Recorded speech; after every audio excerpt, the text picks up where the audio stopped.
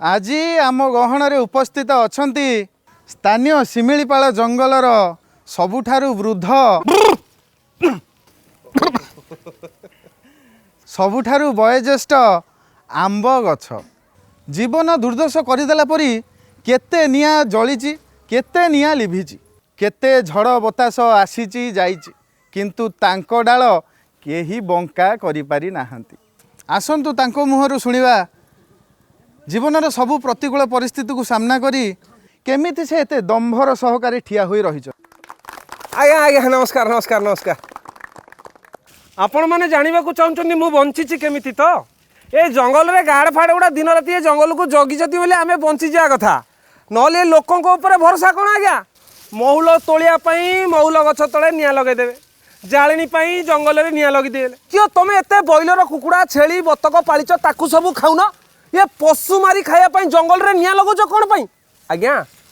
आपण जानि चंद्रा ये किछि लोक अछंती खालटारे जंगल रे निया लगै दियंती मजा देखिया पई मु बा निजे देखिछि कोला आपण को वृद्ध कहबारु आपण तर्किले काहेकि कारण मु वृद्ध नुए गच्छ केबे बुढ़ा हुएनी खाली जा बयस बढ़ी जाए नले मु चिर सबुज बसंत रे भी चिर सबुज वर्षा रे भी चिर सबुज जहाँ खाली शीत आसिले पत्र झड़ा दे टिके बुढ़ा भलिया देखा जाए पुणी जेतेबेले मौसुमी आसी जाए पूरा फिट पूरा फिट।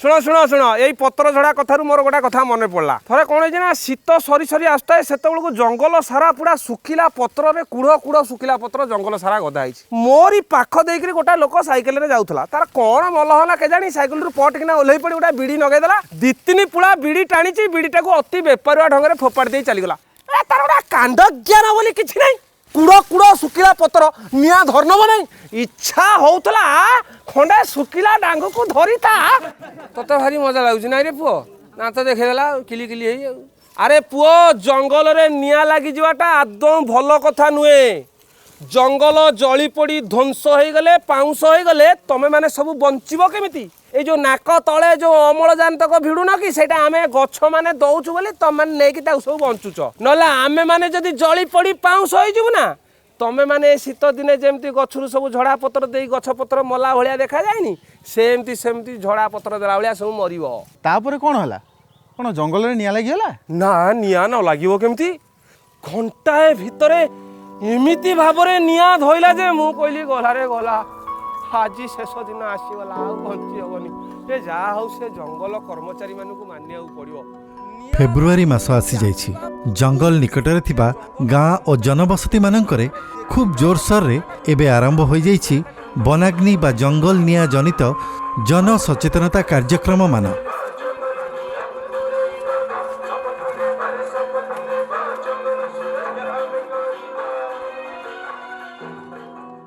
आम पछरे अभिनेता जनक बहुत भावप्रवण हो जाइछंती हेले ठीक कथा सब कहउचंती जंगल में निया लागिबा एक छोट समस्या नुहे एथिरे हजार हजार मूल्यवान गछलता चेर गुल्म पशुपक्षी जंगल संपद नष्ट हेबा सह मारात्मक धुआं धूली प्रदूषण व्यापी थाए। निया लागिथिबा अंचल मानकरे तापमात्रा प्रबल बढ़ी जिबा सह अंगारकाम्लर स्तर खूब बढ़ी जाई थाए जहा श्वास और हृदरोग परी स्वास्थ्य समस्या आणे। जंगल निया पई वर्षा हेबारे विलंब हुए नई झरणा सुखी जाए भूतल जलर स्तर खूब कमी जाए जहाँ पई क्षतिग्रस्त हुए रबी खरीफ फरी चाष कार्य जमीर उर्वरता कमी जिबारु उत्पादन कमे। जंगल रे निया लागिबा द्वारा वनजात द्रव्य सब नष्ट हो जाए जहा फलरे निकटवर्ती लोकंक जीवन और जीविका उभय प्रभावित हुए। पहाड़र उपर मुंडरे निया लागिले वृक्षराजी जलई मृत्तिका क्षय घटे जहाँ पाई वर्षा दिने नदी नाଳରେ जलर बेग प्रखर होई बन्या समस्या सृष्टि करे। जंगल निया द्वारा जंगल रे बास करुथबा जीवजंतु निज जीवन बंचाइबा पई जनबसती पाखकु चली आसंती जहाँ जनसाधारणक जीवन पई क्षतिकारक होई पड़े। आपण भाबुथिबे ए जंगल निया कौन ओ या काहींकी लागे आपण माने तो जानती ओडिशा रे वर्षा ऋतु मौसुमी पवन द्वारा परिचालित हुए। जून जुलाई मासरू वर्षा आरंभ होई अगस्त सेप्टेम्बर मासकू सरी जाइथाए। ଏହାପରେ ଅର୍ଥାତ୍ ଶୀତ ଋତୁରୁ ଗ୍ରୀଷ୍ମ ଶେଷ ଯାଏଁ ଯେଉଁ ଶୁଖିଲା ପାଗ ଲାଗି ରୁହେ ତାହାର ମୁକାବିଲା କରିବା ଉଦ୍ଦେଶ୍ୟରେ ଗଛମାନେ ନିଜର ଜଳ ଓ ଶକ୍ତି ସଞ୍ଚୟ କରିବା ପାଇଁ ପତ୍ର ଝଡ଼ା ଦେଇଥାନ୍ତି। ଶାଳ, ପିଆଶାଳ, ଶାଗୁଆନ, ନିମ, ଚନ୍ଦନ ପରି ସବୁ ଗଛମାନେ ଦେଖାଯାଉଥିବା ଜଙ୍ଗଲମାନଙ୍କୁ ସେଥିପାଇଁ ପର୍ଣ୍ଣମୋଚୀ ଅରଣ୍ୟ ବୋଲି କୁହାଯାଏ। ଏହି ଅରଣ୍ୟ ଓଡ଼ିଶାର ପ୍ରାୟ ସମସ୍ତ ବନାଞ୍ଚଳମାନଙ୍କରେ ଦୃଷ୍ଟିଗୋଚର ହୁଏ। ନଭେମ୍ବର ଡିସେମ୍ବର ମାସରୁ ଏହି ଜଙ୍ଗଲମାନଙ୍କରେ ପତ୍ର ଶୁଖି ଝଡ଼ି ତଳେ ଜମା ହୋଇ ବିନା ବର୍ଷା ଓ କ୍ରମଶଃ ବଢ଼ୁଥିବା ତାପମାତ୍ରାରେ ନିଆଁ ଲାଗିଥାଏ। ଜଙ୍ଗଲରେ ନିଆଁ କିଛି ପ୍ରାକୃତିକ କାରଣରୁ ଲାଗେ, ଯେପରି ବିଜୁଳି ମାରି ଏବଂ ପଥର ଖସିବା ବେଳେ ଅନ୍ୟ ପଥରରେ ଘଷି ହୋଇ। କିନ୍ତୁ ଏପରି ଜଙ୍ଗଲ ନିଆଁର କାରଣ 1 ଭାଗରୁ ବି କମ୍। ବର୍ତ୍ତମାନ ଯେଉଁସବୁ ଜଙ୍ଗଲ ନିଆଁ ଦେଖାଯାଉଛି ସେସବୁ ମୁଖ୍ୟତଃ ମନୁଷ୍ୟକୃତ, ଅର୍ଥାତ୍ ଆମ ସୁବିଧା ପାଇଁ ଆମେ ମଣିଷମାନେ ଜଙ୍ଗଲରେ ନିଆଁ ଲଗାଇ ଦେଉ।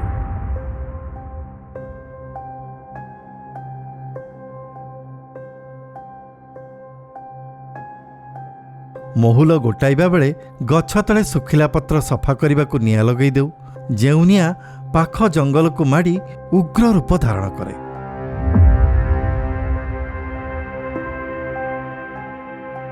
ସେହିପରି ସହଜରେ କେନ୍ଦୁପତ୍ର ତୋଳିବା ପାଇଁ ଆମେ ନିଆଁର ସାହାଯ୍ୟ ନେଉ। ବେଆଇନ ହୋଇଥିଲେ ମଧ୍ୟ ଶିକାର କରିବାକୁ ଆମେ ଜଙ୍ଗଲରେ ନିଆଁ ଲଗାଇ ଦେଉ। ଚାର, ଶାଳମଞ୍ଜି ପରି ବନଜାତ ସଂଗ୍ରହ କରିବାକୁ ନିଆଁ ଲଗାଇ ଦେଉ। ଚାଷ ଜମିକୁ ଅଧିକ ଉର୍ବର କରିବାକୁ କେତେକ ସ୍ଥାନରେ ଚାଷୀମାନେ ନିଆଁ ଲଗାଇଥାନ୍ତି, ଯାହା ପାଖ ଜଙ୍ଗଲକୁ ବ୍ୟାପିଥାଏ। ରାୟଗଡ଼ା, କୋରାପୁଟ, କନ୍ଧମାଳ ପରି ସ୍ଥାନମାନଙ୍କରେ ପୋଡ଼ୁ ଚାଷ ଜଙ୍ଗଲ ନିଆଁର ଏକ ପ୍ରମୁଖ କାରଣ। ପୋଡ଼ା ଭୂଇଁରେ ସବାଇ ଘାସ ଭଲ ବଢ଼ୁଥିବାରୁ ମୟୂରଭଞ୍ଜର ଅନେକ ସ୍ଥାନରେ ଲୋକମାନେ ନିଆଁ ଲଗାଇବାକୁ ପଛାନ୍ତି ନାହିଁ। ଯେଉଁ ନିଆଁ ଜଙ୍ଗଲକୁ ଧରେ ଆଉ ସମ୍ପୂର୍ଣ୍ଣ ଜଙ୍ଗଲକୁ ଜାଳି ପୋଡ଼ି ଧ୍ୱଂସ କରିଦିଏ। ବହୁତ ସମୟରେ ଦେଖାଯାଇଛି ଆମେ ଫିଙ୍ଗି ଦେଉଥିବା ବିଡ଼ି ସିଗାରେଟରୁ ମଧ୍ୟ ନିଆଁ ଲାଗି ଜଙ୍ଗଲକୁ ମାଡ଼ିଯାଏ। ପିଢ଼ି ପରେ ପିଢ଼ି ସୁଖ ଦେଇ ଚାଲିଥିବା ଜଙ୍ଗଲକୁ ଆମେ ଗୋଟିଏ ମିନିଟ୍ରେ ବିଡ଼ି ଟଣା ସୁଖ ପାଇଁ ଜାଳିଦେଉ।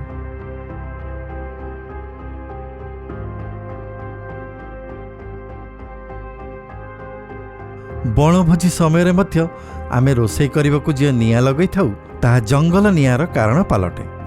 ଆଉ ଗୋଟେ କିଛି ଅଛି ଆମର ଚାରକୋଲ, ଯେଉଁଟାକି ଚାରକୋଲ ତିଆରି ପାଇଁ ସେମାନେ ଜଙ୍ଗଲରେ ନିଆଁ ଲଗେଇକି କାଠକୁ ଜଳେଇକି ଚାରକୋଲ ବ୍ୟବହାର କରୁଛନ୍ତି, ବାହାରେ ବିକ୍ରି କରୁଛନ୍ତି। ଆଉ ଗୋଟେ ଅଛି ଦେଶୀ ମଦ ରାନ୍ଧିବା ପାଇଁ ଲୋକ ଜଙ୍ଗଲରେ ଲୁଚିକି ଲୋକ ମଦ ରାନ୍ଧୁଛନ୍ତି, ସେଇଠି ନିଆଁ ଲଗେଇକି ସେଟାକୁ ଛାଡ଼ି ଦେଇକି ପଳାଉଛନ୍ତି। ଲୋକ ଯେଉଁ ପାହାଡ଼ ଜଙ୍ଗଲରେ ଡଙ୍ଗରିଆ କନ୍ଧ ତଳକୁ ଓହ୍ଲେଇଲେ କି ଲୋକମାନେ ଆଦିବାସୀ ଲୋକ ପାହାଡ଼ରୁ ତଳକୁ ଓହ୍ଲେଇଲେ, ତାଙ୍କର ଯେଉଁ ପାଦ ଚଲା ରାସ୍ତା ଥାଏ ଦୁଇ ସାଇଡ଼୍, ସେ ରାସ୍ତାରେ ତାମାନେ ପୋକଶୁଙ୍ଗା ସବୁ ଭର୍ତ୍ତି ଥାଏ। ସେମାନେ କ'ଣ କରିବେ, ଫରେଷ୍ଟ ପାର୍କ ଦେଖିଲେ ନିଆଁ ଆମର ଅଛି ଶୁଖି ଯାଇଛି, ନିଆଁଟା ଲଗାଇଦେବା, ତାଙ୍କୁ ଯିବା ଆସିବା ପାଇଁ ସୁବିଧା ହେବ। ଏଇଟା ତାଙ୍କର ସ୍ୱାର୍ଥ, ଆଉ କିଛି ସ୍ୱାର୍ଥ ନାହିଁ। କିଛି ଲୋକ ଜଙ୍ଗଲକୁ ପଦା କରିକି ନିଜର ନୂଆ ଚାଷ ଜମି ତିଆରି କରିବା ପାଇଁ ମଧ୍ୟ ନିଆଁ ଲଗାଉଛନ୍ତି। ଜଙ୍ଗଲକୁ ସବୁବେଳେ ଆମର ପ୍ରାକୃତିକ ସମ୍ପଦ ବୋଲି କୁହାଯାଇଛି, କିନ୍ତୁ ନିଆଁ ଲଗାଇଲା ବେଳେ ଆମେ ଏକଥା ଭୁଲି ଯାଇଥାଉ।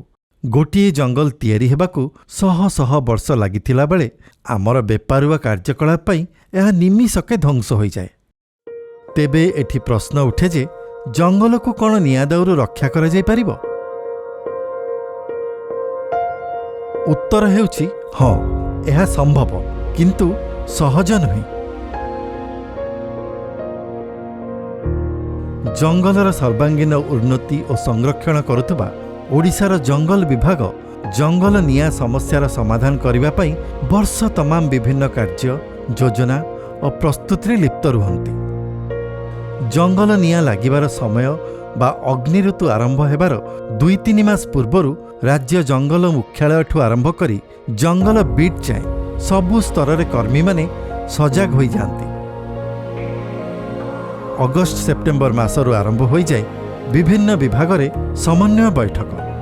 ବନାଗ୍ନି ନିୟନ୍ତ୍ରଣ ପରି ଏକ କଷ୍ଟସାଧ୍ୟ ଓ ବିପଦପୂର୍ଣ୍ଣ କାର୍ଯ୍ୟକୁ ଦ୍ରୁତ, ବ୍ୟବସ୍ଥିତ ଓ ସଠିକ୍ ରୂପେ ସମାପନ କରିବା ପାଇଁ ଜିଲ୍ଲାପାଳଙ୍କଠୁ ଆରମ୍ଭ କରି ସରପଞ୍ଚ ଯାଏଁ, ବନଖଣ୍ଡ ଅଧିକାରୀଙ୍କଠୁ ନେଇ ଅଗ୍ନିଶମ ଅଧିକାରୀଙ୍କ ଯାଏଁ ସମସ୍ତେ ମିଳିତ ଆଲୋଚନା ଓ ବିଚାର ବିମର୍ଶ କରିଥାନ୍ତି। ଏହି ଜିଲ୍ଲାସ୍ତରୀୟ ତର୍ଜମା ଓ ତର୍କ ଭିତ୍ତିରେ ପ୍ରସ୍ତୁତ ହୁଏ ଚଳିତ ବର୍ଷର ବନାଗ୍ନି ପ୍ରତିରୋଧ ଯୋଜନା। ଏହି ଯୋଜନାକୁ ଆଞ୍ଚଳିକ ମୁଖ୍ୟ ବନ ସଂରକ୍ଷକଙ୍କ ସୁପାରିଶ କ୍ରମେ ପ୍ରଧାନ ମୁଖ୍ୟ ବନ ସଂରକ୍ଷକ ମଞ୍ଜୁର କରିବା ପରେ ନଭେମ୍ବର ମାସରୁ ରାଜ୍ୟରେ କାର୍ଯ୍ୟକାରୀ ହୋଇଥାଏ ବନାଗ୍ନି ପ୍ରତିରୋଧ ଓ ନିରାକରଣ ବ୍ୟବସ୍ଥା।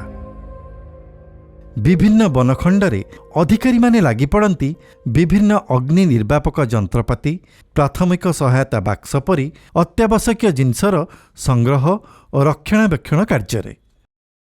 ଜରୁରୀକାଳୀନ ପରିସ୍ଥିତିରେ ମୋବାଇଲ ନେଟୱାର୍କ ନଥିବା ସ୍ଥାନରେ ଯୋଗାଯୋଗ କରିବା ପାଇଁ ଉଦ୍ଦିଷ୍ଟ VHF ଯନ୍ତ୍ରକୁ ଠୁଳ କରାଯାଏ। ଜଙ୍ଗଲରେ କୌଣସି ଗୋଟିଏ ସ୍ଥାନରେ ନିଆଁ ଲାଗିଲେ ତାହା ଦେଖୁ ଦେଖୁ ବିଭିନ୍ନ ସ୍ଥାନକୁ ମାଡ଼ିଯାଏ ତଳେ ଜମା ହୋଇ ରହିଥିବା ଶୁଖିଲା ପତ୍ର ମାଧ୍ୟମରେ। ସେଥିପାଇଁ ପବନ ସଞ୍ଚାଳକ ଯନ୍ତ୍ର ଦ୍ୱାରା ଏହି ପତ୍ରକୁ ସଫା କରାଯାଇ ଜଙ୍ଗଲର ବିଭିନ୍ନ ଅଞ୍ଚଳକୁ ପରସ୍ପରଠାରୁ ପୃଥକ କରାଯାଇଥାଏ ଏକ ଅଗ୍ନିରେଖା ମାଧ୍ୟମରେ। ଫଳରେ ନିଆଁ ଲାଗିଲେ ତାହା ଜଳି ଜଳି ସେହି ଅଗ୍ନିରେଖା ଅତିକ୍ରମ କରିପାରେ ନାହିଁ ଏବଂ ଧୀରେ ଧୀରେ ନିଷ୍କ୍ରିୟ ହୋଇଯାଏ। ଜଙ୍ଗଲରେ ପତ୍ରଝଡ଼ା ଆରମ୍ଭ ହେବା ମାତ୍ରେ ହିଁ ଏହି ଅଗ୍ନିରେଖା ସୃଷ୍ଟି କରାଯାଇଥାଏ ଏବଂ ପରବର୍ତ୍ତୀ ସମୟରେ କ୍ରମାଗତ ଭାବେ ଏହାର ତଦାରଖ ଓ ରକ୍ଷଣାବେକ୍ଷଣ କାର୍ଯ୍ୟ କରାଯାଇଥାଏ। ए वर्ष आम प्रत्येक डिविजन को कौन करूँ आम भाग भाग कर देचु जोटा है हाई जोन तापर है मिडिल जोन एवं लोअर जोन को एरिया जो मिडिल जोन रे अच्छी ताकू आम भनरेबल एरिया हिसाब से ताकू आम प्राधान्य देचु से जगार आम फायर लाइन काटी चलीचु। अग्निरेखामानଙ୍କର तत्वावधान सह वन कर्मचारी माने नियमित व्यवधान रे सुखिला पत्रକୁ जमा करी निजे निज उपस्थिति रे पोड़ी देइथांती। एई कंट्रोल बर्निंग द्वारा जंगल निया पई जाळेनी भाबे काम करुथबा सुखिला पत्र रे निया लागिबा ओ व्यापीबार संभावना कम हुए। खरा दिने महुल फूल पाचिबा आरंभ करुथबारु वन कर्मचारी माने जंगल निकट रे थिबा विभिन्न महुल गछको चिन्हट करी एहार तळभाग निजे ही जाली सफा कर दियंती। महुल जंगल पाखापाखि जगार महुल गछ गुड़ाक आम GPS टैगिंग करचु ताको रिंग मेथड रे आपनकर महुल गछ चारि पाखरे आम लोकंक प्रेजेंस रे आम निया ताको लगै दे कि कंट्रोल बर्निंग कर दउचु सो दैट से निया जेमती आउ जंगल को चरी परिबो नै। सेतमे आमे पाखापाखि सबु रेंज रे 4 रु 5000 इवन 6000 पर्यंत महुल गछ आइडेंटिफाई करा हैची। जेति कि महुल गछरे प्रोडक्ट माने फ्लावर आसुची से महुल गछ को आम टैग करूँ से तार GPS पॉइंट नहीं रखीचु एवं लोक मानू कहूँ जदि आपण मैंने कंट्रोल करिकी रिंग मेथड रे बंद करंतु नहले आमको जणांतु आमे भी लोक मानू जाइकी सहयोग करूँ से एरिया रे रिंग मेथड रे बंद करूँ। अग्नि ऋतुरे जंगल को अनवरत सुरक्षा देबा पई नियार तुरंत प्रतिरोध करने उद्देश्य जंगलर विभिन्न स्थान मानकरे शिविर और गछ मानकरे मंचान प्रस्तुत करा जायथाय। एठारे अग्नि प्रतिरोध दलर कर्मी माने जंगल में कौन नियार संकेत उपरे कड़ा नजर रखि थांती। सब जगह जो फायर कैंप अच्छी एटी भी सब जगह नेटवर्क कनेक्टिविटी ना आम जो शेयर कले भी सब स्टाफ मैंने पाई पारती ना तेणु जो जगह गोटे गोटे जगह से कैंप कर रुहति से जगह जितेबाला इनफर्मेशनटा आसला इमिडिएटली से जगह प्रोसीड करती फायर पॉइंट पे सब जगह बाइक ये भी 4 व्हीलर जापे तेणु बाइक रे जाती चलिक भी बहुत जावाक पड़े जमी मुझे आगुरी कहूली 4 घंटा 5 घंटा भी चलिया पड़े गोटे गोटे पॉइंट रे पहुँचापी। से मंचाण करने द्वारा आमर समय बंचीगला आमर दूरता भी बंचीगला एवं जो पाख गाँ लोक मैंने लगौले निर्विघ्न राति आम स्टाफ पलि आसला तांकरी गाँ पाखे जदि आम मंचाण करूँ ताले सेमानक मध्य गोटे भयर वातावरण सृष्टि कर तेणु से चेक करने ये सब माध्यम आम अवलंबन करूँ। वन कर्मचारी अग्नि प्रतिरोध बाहिनी रे नियोजित करा जायथाय वनांचल निकटवर्ती गाँ मानकर युवक मानंकु जेउ माने तांको जंगलर सुरक्षा करने सह पाई थांती रोजगारर पंथा। सर मोर तो लक्ष्य थिला मु किछि जंगल व फॉरेस्ट को बंचाइया पई सेति मु सार सहित कंटाक्ट करी मु स्क्वाड रे जग देइछि। आज को प्राय 3 रु 4 वर्ष हो गला मु स्क्वाड परमानेंट अच्छी। एक्चुअली आमर गोटे प्रथम गोटे ग्रुप थाए जेकोसी जगार निया लगे से ग्रुप प्रथम अटेंड करिवो सेकेंड बैकअप पई भी आमर अन्य ग्रुपटा ऑफिस रे थाए जेकोसी जगार आम एरिया तो प्राय 50 किलोमीटर कि 60 किलोमीटर एरिया भितर अच्छी से माने अन्य एरिया को मध्य मूव करती। आमर जो आम फेब्रुआरी 15 जो आम सब स्क्वाड आसिले फॉरेस्ट फायर स्क्वाड आम सब तैयारी कलु यूनिट तैयारी करदेलु तो लास्ट 5 इयर्स फायर पॉइंट देखिक को आमर फाइट प्रोन एरिया जिते मैक्सिमम फाइट पॉइंट आउची से सब पकेट आम सब यूनिट करूँ से स्टेशन रही से गोटे यूनिट 7 ରୁ 10 जन खंड पिला रोचंती। डिसेम्बर मास शेष सुधा विभिन्न अग्नि प्रतिरोध बाहिनीर गठन सरिबा सह आरंभ होइथाए सेमानंकर तालीम और सचेतनता कार्य।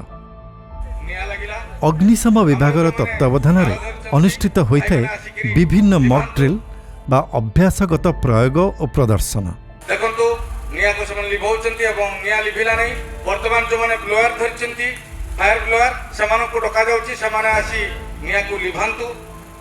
देखंतु समान निया लिभा पे चेष्टा करूचंती वर्तमान निया अनायत तेणु आमे वर्तमान 112 हमरो फायर ब्रिगेड को डाकुचु इमरजेंसी सेवा को समान आसीचंती समान को डकाइची देखंतु समान आसी निया को किमती संपूर्ण लिभौचंती। समांतराल रे बनखंड कार्यालय मानकरे पूर्व वर्ष मानकरे संगृहीत तथ्य आधार रे बारंबार निया लागुथवा वनांचल तथा विपद संकुल स्थान मानकु चिन्हट करा जाई एक मानचित्र प्रस्तुत होइथाए एवं चलित वर्ष ए चिन्हट स्थान मानकरे जंगल नियार शून्य पुनरावृत्ति उपरे ध्यान रखा जाइथाए।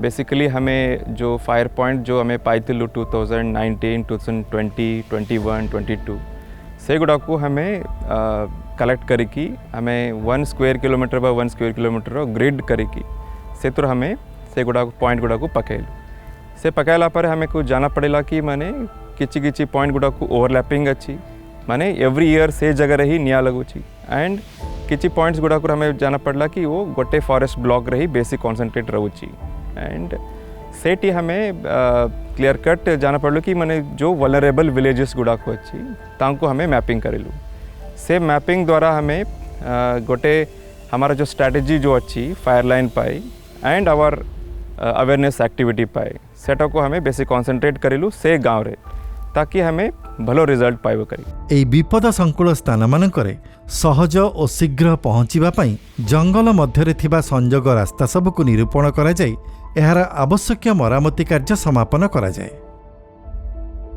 जनवरी मासरे राज्य जंगल मुख्यालय रे सक्रिय होई जाए स्वतंत्र अग्नि नियंत्रण प्रकोष्ठ जहाँ जातीय जंगल सर्वेक्षण संस्था बा एफएसआई सैटेलाइट रु राज्य वनाग्नि सूचना को सांकेतिक अग्निबिंदु माध्यम वनाग्नि प्रतिरोध पर निर्मित स्वतंत्र ओएफएमएस आप द्वारा विभिन्न वनखंड को प्रेरण करिथाए।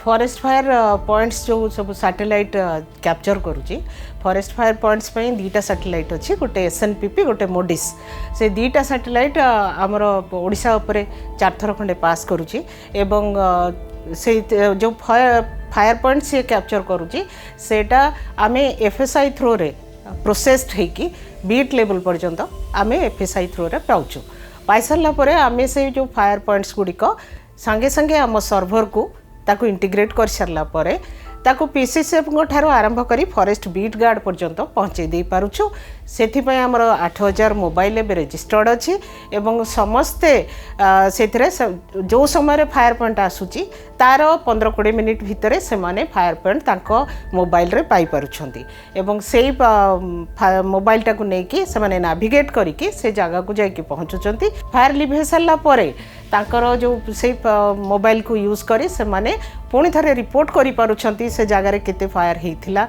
कि भलिया फायर हेइथिला सेठी किछि डैमेज हेइछि कि नाही ए समस्त रिपोर्ट देकी ना से माने ताको अपलोड कर दोछंती अपलोड हैला परे से सर्भर रे आसिकी सेटा रही जाउची सेव होची एवं सर्भर थ्रू रे आमे देखि पारुछु जे आम ओडिसा रे जेते सब स्टाफ अछंती से माने फायर मिटिगेशन टाइमली कले कि नाही। सेही परी राज्यर समस्त वनखंड मानकरे मध्य स्वतंत्र अग्नि निराकरण नियंत्रण कक्ष कार्यक्षम होइथाए ଯେଉଁଠାରେ राज्य मुख्यालयରୁ ଆସୁଥିବା अग्नि संबंधी सूचनार परिचालना କରାଯିବା ସହ କୌଣସି ବନାଞ୍ଚଳରେ ଲାଗିଥିବା ନିଆଁର सूचना ଦେବା ଲାଗି ଜନସାଧାରଣଙ୍କ ଲାଗି ଏକ ଜରୁରୀକାଳୀନ ଫୋନ୍ ନମ୍ବର ଉପଲବ୍ଧ କରାଯାଇଥାଏ।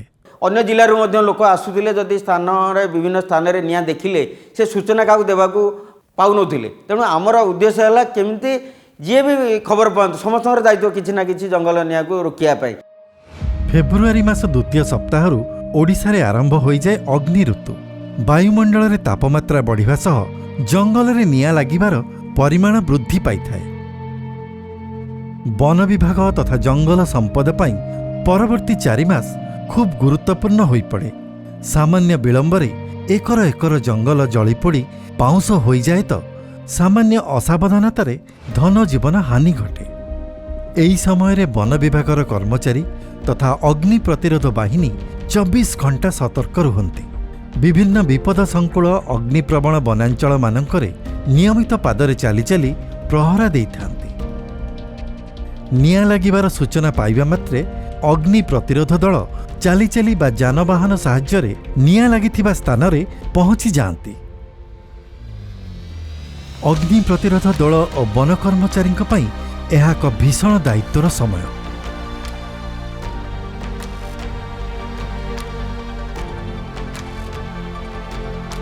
ଜଙ୍ଗଲ ନିଆଁ ସମସ୍ୟାର ସମାଧାନ କରିବାର ଏକମାତ୍ର ରାସ୍ତା ହେଉଛି ଜଙ୍ଗଲରେ ନିଆଁ ହିଁ ଲଗାଇବାକୁ ନ ଦେବା। ଯେହେତୁ ଜଙ୍ଗଲ ନିଆଁ ପଛରେ ଜନସାଧାରଣଙ୍କ ପ୍ରଚ୍ଛନ୍ନ ହାତ ଥାଏ, ତେଣୁ ସେମାନଙ୍କୁ ଏହି କାମ କରିବାରୁ ନିବୃତ୍ତ ରଖିବା ପାଇଁ ବନ ବିଭାଗ ନେଇଥାଏ ବିଭିନ୍ନ ପଦକ୍ଷେପ। ଆବାଲ୍ୟ ବୃଦ୍ଧ ବନିତା ସମସ୍ତଙ୍କର କର୍ତ୍ତବ୍ୟ ଯେ ଯୋଉଠି ନିଆଁ ଲାଗିଥିବ ଡିପାର୍ଟମେଣ୍ଟରେ ଖବର ଦେବା ଆଉ ଆମେ ସମସ୍ତେ ଲିଭାଇବା। ଜଙ୍ଗଲରେ ପତ୍ର ଝଡ଼ିବା ଆରମ୍ଭ କରିବାଠୁ ବର୍ଷା ଋତୁ ଆସିବା ଯାଏ ବନ ବିଭାଗ ବିଭିନ୍ନ ବନାଞ୍ଚଳ ନିକଟବର୍ତ୍ତୀ ଗାଁ ତଥା ଜନବସତିମାନଙ୍କରେ ନାଟକ, ପାଲା, ଗୀତ, ନାଚ ପରି ବିଭିନ୍ନ ରକମର ବାର୍ତ୍ତାଯୁକ୍ତ କାର୍ଯ୍ୟକ୍ରମମାନ ଆୟୋଜନ କରିଥାଏ।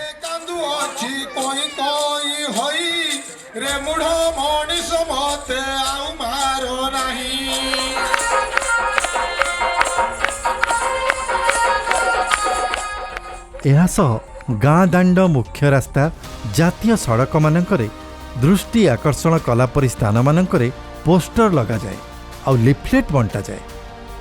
ତେଣୁକରି ଆମେ କ'ଣ କରିବା, ଜଙ୍ଗଲକୁ ସୁରକ୍ଷିତ ରଖିବା। ଜଙ୍ଗଲରେ ଯଦି ନିଆଁ ଲାଗିଲେ ତାକୁ ସାଙ୍ଗେ ସାଙ୍ଗେ ଲିଭେଇବା ଏବଂ ବେଶୀ ଯଦି ନିଆଁ ଲାଗୁଛି ଆପଣମାନେ ଜଙ୍ଗଲ ବିଭାଗକୁ ଜଣାଇବେ। ଏହିସବୁ କାର୍ଯ୍ୟକ୍ରମର ଏକମାତ୍ର ଲକ୍ଷ୍ୟ ଥାଏ ଲୋକମାନଙ୍କୁ ଜଙ୍ଗଲ ନିଆଁର ଭୟାବହତା, କ୍ଷତି ଓ ସ୍ୱାସ୍ଥ୍ୟ, ସମାଜ, ପରିବେଶ ଉପରେ ଏହାର କୁପ୍ରଭାବ ବିଷୟରେ ଅବଗତ କରାଇବା। ଏହି କାର୍ଯ୍ୟରେ ବନ ବିଭାଗକୁ ସାହାଯ୍ୟ କରିବାକୁ ଆଗେଇ ଆସନ୍ତି ସ୍ଥାନୀୟ ସରପଞ୍ଚ, ସ୍ୱୟଂ ସହାୟକ ଗୋଷ୍ଠୀଠୁ ନେଇ ଅନ୍ୟ ସବୁ ଲାଇନ୍ ବିଭାଗ। ମୁଁ ଆମର ଗାଁର VSS ମାଆମାନଙ୍କ, ବାପାମାନଙ୍କ ସମସ୍ତ ଆମର ଯୁବକ ସଂଘ ବି ଅଛି। ତାଙ୍କ ଯୁବକ ସଂଘମାନଙ୍କୁ ବି କହିକି ଆମର ଯଦି ଜଙ୍ଗଲରେ ନିଆଁ ଲାଗିଯାଏ ଆମେ ଗାଁରୁ ଯାଇକି ନିଜେ ଯାଇକି ନିଆଁ ଲିଭାଇଥାଉ। ଆଉ ତା ସହିତ ବିଭିନ୍ନ ଗ୍ରାମମାନଙ୍କର ବି କୁହାହେଇଥାଉଛି, ସେମାନେ ବି ପ୍ରାୟ ଯେଉଁମାନେ ଯେଉଁ ଗାଁରେ VSS ହେଇଯାଇଛି ସେମାନେ ପ୍ରାୟ ସଚେତନ ଆଲର୍ଟ ଥାଉଛନ୍ତି ଏ ଟାଇମ୍ରେ ଜଙ୍ଗଲ କେମିତି ନିଆଁ ନ ଲାଗିବ ସେଥିପାଇଁ। ଜଙ୍ଗଲ ନିଆଁ ଏକ ଜାତୀୟ ବିପତ୍ତି ହୋଇଥିବାରୁ ସାଧାରଣ ଲୋକଙ୍କର ନିଜ ଜଙ୍ଗଲ ପ୍ରତି ଦାୟିତ୍ୱବୋଧ ବଢ଼ାଇବା ପାଇଁ ତାଙ୍କୁ ଜଙ୍ଗଲ ପରିଚାଳନାରେ ଯୋଗ ଦେବା ପାଇଁ ଉତ୍ସାହିତ କରାଯାଉଛି। ବନ ସୁରକ୍ଷା ସମିତି, ସ୍ୱୟଂ ସହାୟକ ଗୋଷ୍ଠୀମାନଙ୍କୁ ନିଜ ନିଜ ସ୍ତରରେ ଜନସଚେତନତା ବୃଦ୍ଧି କରିବା ଓ ସ୍ଥାନୀୟ ଜଙ୍ଗଲକୁ ସୁରକ୍ଷା ଦେବା ପାଇଁ ପାରିଶ୍ରମିକ ଓ ପ୍ରୋତ୍ସାହନ ଯୋଗାଇ ଦିଆଯାଉଛି। ପୁରସ୍କୃତ ମଧ୍ୟ କରାଯାଉଛି। ଲୋକ ତାଙ୍କର ନୀତିଦିନିଆ ଜୀବନର ଆବଶ୍ୟକତା ପାଇଁ ଜଙ୍ଗଲ ଉପରେ ନିର୍ଭର କରୁଥିବାରୁ ଏହି ନିର୍ଭରଶୀଳତା କମାଇବା ଓ ସେମାନଙ୍କୁ ବିଭିନ୍ନ କାମ ପ୍ରତି ଆକୃଷ୍ଟ କରାଇବା ଉଦ୍ଦେଶ୍ୟରେ ବନ ବିଭାଗ ବିଭିନ୍ନ ଯୋଜନାରେ ଅନେକ ବିକଳ୍ପ ରୋଜଗାର ପନ୍ଥା ଯୋଗାଇବାକୁ ପଦକ୍ଷେପ ମଧ୍ୟ ନେଉଛି। ବହୁତ ପରିବର୍ତ୍ତନ ଆସିଛି। ଏବେ ଆଗରୁ ଯେଉଁ ମାନେ ନିଆଁ ଲାଗୁଥିଲା, ନିଆଁ ଲଗେଇ ଦେଉଥିଲେ ଯେ ତାପରେ ବହୁତ ମାତ୍ରାରେ ନିଆଁ ଲାଗୁଥିଲା, ଏବେ କିନ୍ତୁ ସେ ହେଉନାହିଁ। କାହିଁକି ଲୋକମାନଙ୍କୁ ବହୁତ ଆୱାରନେସ୍ ଦିଆହେଇଛି। ତେଣୁ ଆସନ୍ତୁ ଶପଥ ନେବା, ପ୍ରଥମେ ଆମେ ଆମ ଜଙ୍ଗଲରେ କୌଣସି କାରଣ ପାଇଁ ବି ନିଆଁ ଲଗାଇବା ନାହିଁ। ମୁଁ ଈଶ୍ୱରଙ୍କ ନାମରେ ଶପଥ କରୁଛି,